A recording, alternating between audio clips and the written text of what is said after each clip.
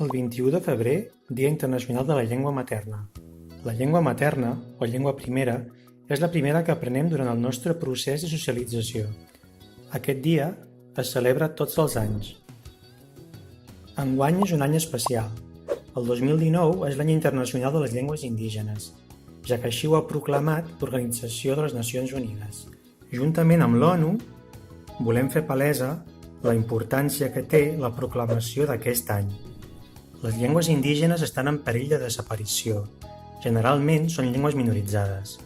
Per això, la proclamació de l'any 2019 pot ser una bona iniciativa per denunciar aquesta pèrdua i ajudar a evitar-la. Quan sentim indígena, ens venen al cap característiques culturals, vestits, danses, però darrere d'això hi ha llengües originàries de les quals no se'n parla.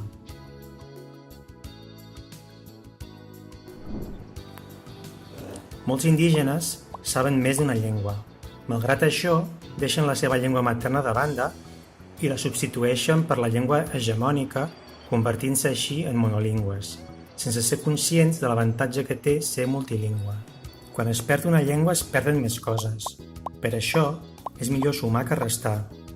Malauradament, al món hi ha molts exemples d'aquesta pèrdua. Una de les raons és que no sigui present a l'escola. L'escola és indispensable per al desenvolupament, però calen escoles multilingües que ofereixin un ensenyament de qualitat si es pretén revitalitzar les llengües indígenes. La diversitat lingüística és el nostre patrimoni